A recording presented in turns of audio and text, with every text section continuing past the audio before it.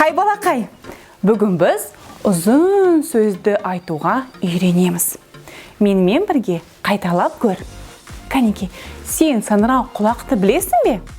Саңырау құлақ деген не? Жарайсың досым, саңырау құлақ орманда өседі.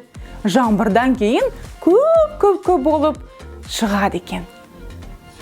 Ал бірге бұл сөзді, ұзын сөзді айтып көрейік. Саңырау құлақ. Тағы да.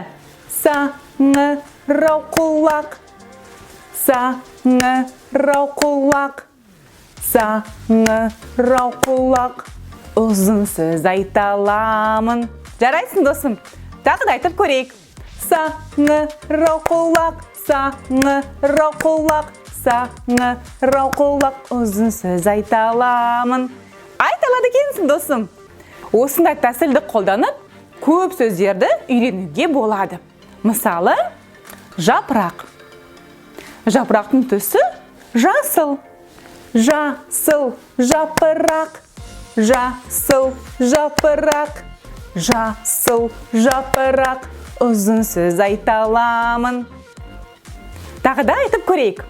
Жасыл жапырақ. Жасыл жапырақ. Жасыл жапырақ. Ұзын сөз айта аламын. Жарайсың досым, сен қандай ақылдысың? Сен тез үйрене алады екенсің. Кәнекей, тағы да бір сөзді бірге айтып көрейік.